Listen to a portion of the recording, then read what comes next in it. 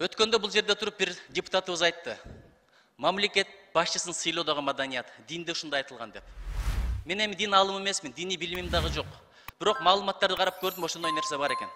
Чындап эле мамлекет башчысын сыйлаш керек экен. Мамлекет башчысы мындай турсун, бирөөсү ага башчы болсо, колу буту кесилген кул болсо дагы айтканын аткар, ошондой береке бар деген бир ушундай постулаттар бар экен.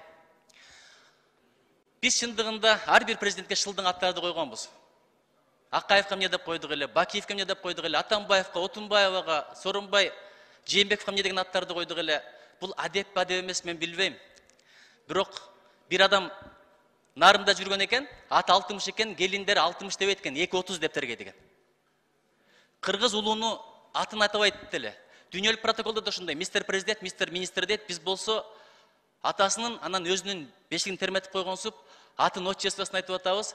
Бул керек болсо орус маданияты эмес, бул советтик маданият. Башка дүйнөдө мындай нерсе жок. Акырын өзүбүздүн маданиятка келели.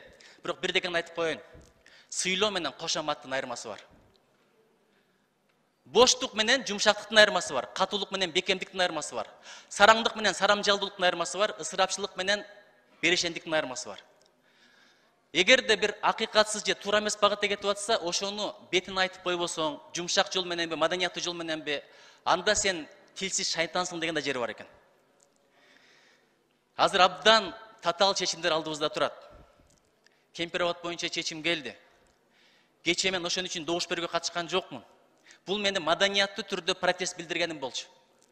Бирок бир сөз бар экен, эгерде акыретте бирөөгө соогуңду бергиң келсе, анын күнөөсүн алгың келсе, жаманда, жалган жала ажап деп, Кудайга шүгүр 2 күндөн бери мени катышыптыр, кворум кылып бериптир деп жалган жала жаап атат. Ошолордун бардыгына чоң рахмат. Эгерде ким ошолордун арасынан баштап берген болсо, мага келиңиздер, 10 000 сом белегим даяр. Рахмат сиздерге. Ошол жалган жалаңыздар үчүн. Анан дагы бирдекен айтайын. Мен президенттен чындап суранам. Мамлекет башчыбыз адашпасын деп дайыма тилек кылам. Ал адашса бардыгыбыз адашабыз. Кемпировод боюнча акта дебем, көкта дебем, туурада дебем, туура эмес дебем. Бирок бир сураныч. Кичине жок дегенде 3-4 жылга мораторий кылбайлыбы? Анткени бул чечимди кабыл ала турган бизбиз, эртеге тарыхта кала турган бизбиз. Барып көзүм менен көрүп келмей сайын, документтердин бардыгын менен таанышып чыкмай сайын, ошонун чындык менен канчалык дал келет, ошону сверка кылмай сайын, берекелерим, чын-чынына келгенде чечим кабыл алыш абдан оор экен. Ошол үчүн ушунча адамдардын жүрөктөрү ооруп атат. Түшүнүп атабы, түшүнбөй атабы, балким алардын позициясы туура эместир, бирок канча адамдардын назарынан калып туруп, ушул чечимди кабыл албай эле коелучу. Мен суранат элем, мамлекет башчысынан маданияттуу суранып атам. Биз шайладык эле, биз колдодук эле, дагы да колдой эле саятыңызды, урматтуу биздин мамлекет башчыбыз, атыңызды айткан жокмун, көрдүңүз. Ушул өтүнүчүмдү эки кылбай бир карап көрсөңүз.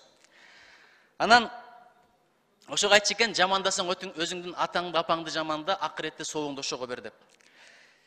Мен чындыгында бир сын айтканда мактангым да келбейт, актангым да келбейт, даңтангым да келбейт. Бул дагы билген кишиге чоң, өтө чоң маданият болуп эсептелет. Эми дагы бирдекен айтайын, бүт балекеттин бардыгы суздуктан болот деген, көңүл бөлбөстүктөн, же болбосо аша чабуудан болот деген. Ушул жерде иштеп атабыз, эл журт бизге батасын берди. Аша дагы чаппайлы, кайдыгер да болбойлу. Анткени кайдыгерлик бүт балекеттин тамыры.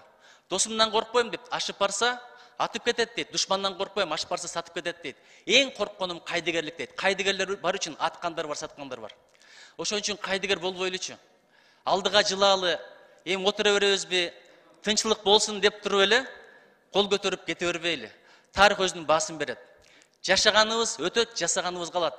Аркабыздагылар, кечээ мен Коршобек Акназаровдун юбилейине талашка барып келдим.